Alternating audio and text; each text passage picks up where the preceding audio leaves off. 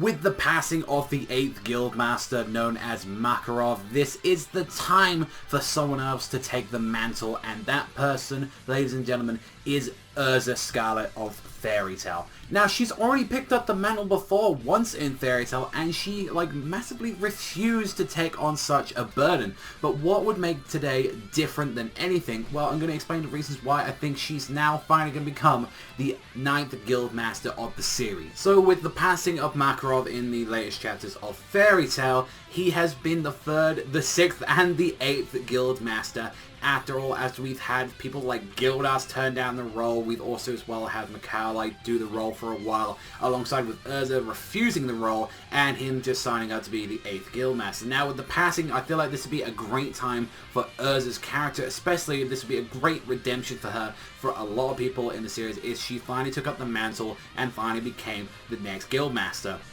I think a lot of people are definitely looking at, well, what about Laxus? Laxus has already got, he's inherited the blood of, what we've seen with, Makarov. Don't you think he'd be a great leader? I think, especially now, he isn't as, hungry for that, especially what he used to be back in the day. And I feel like now this is Erza's time. Erza is the true one to take up the mantle. And even though it would be pretty awesome if there was a chance that we'd ever get to see, someone like Laxus become Guildmaster, it just doesn't feel right at all with, someone like him at this moment. He's definitely let go of that ever since, the original arc that he debuted as a villain. And what a greater way to debut her as the 9th Guildmaster herself is by actually having her go against her own flesh and blood herself with Irene. She can have this very emotional moment, all that saying, it's thanks to you guys that you ruined it. Pretty much, if you think about it, it was thanks to Irene that in fact that Makarov had to sacrifice himself in the first place. So definitely this will build up a lot of tension for this battle, and definitely give a lot more of a reason for Erza to go against Irene in the later part of the series. And she can declare that right in front of her. I generally think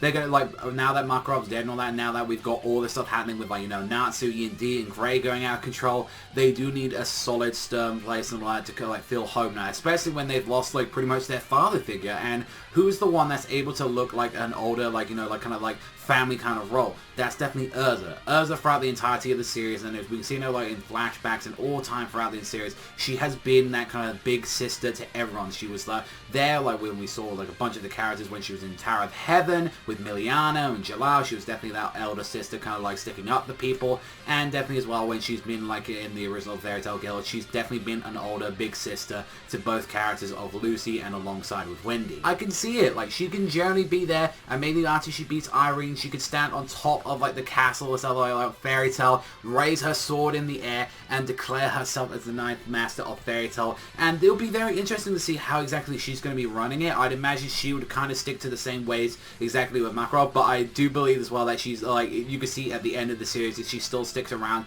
to be say the Guild Master at all, she would definitely still be very stern, and I could see a lot of the more younger generation of Fairy Tail be very scared of her because of that sort of reaction that she has. I generally think this is the best option that we have for Erza at the moment. I know a lot of things have been negative about Erza, she hasn't had too many great moments, and she's definitely always been portrayed as I'm this unstoppable, unbreakable woman, and, well, why not, give her that role, something that, she can actually take up on, or, give her all her personalities and traits, some, justifiable, put it to use by making her the Guild Master herself. And I feel personally, out of the two options that we really have and all that, I generally Natsu can't even, wipe his own ass with toilet paper most of the time, but I generally don't think he's going to be a Guild Master, especially with what's happening right now, and definitely he's not the kind of person to lead, a guild such as Fairy Tail himself. He'd rather just be adventuring than anything like that, than being held down as a Guild Master. Especially even Laxus as well. Laxus, I think, at the end of the series and all that, generally just wouldn't want to run it up. He could potentially be the next candidate if Erza isn't going to be there. Maybe he's going to lead for a little while, and maybe this is going to be Erza's time to shine and all that, when she finally gets herself out of the despair of Makarov. But generally, I think she will take up the true proper role of being the 9th Guild Master.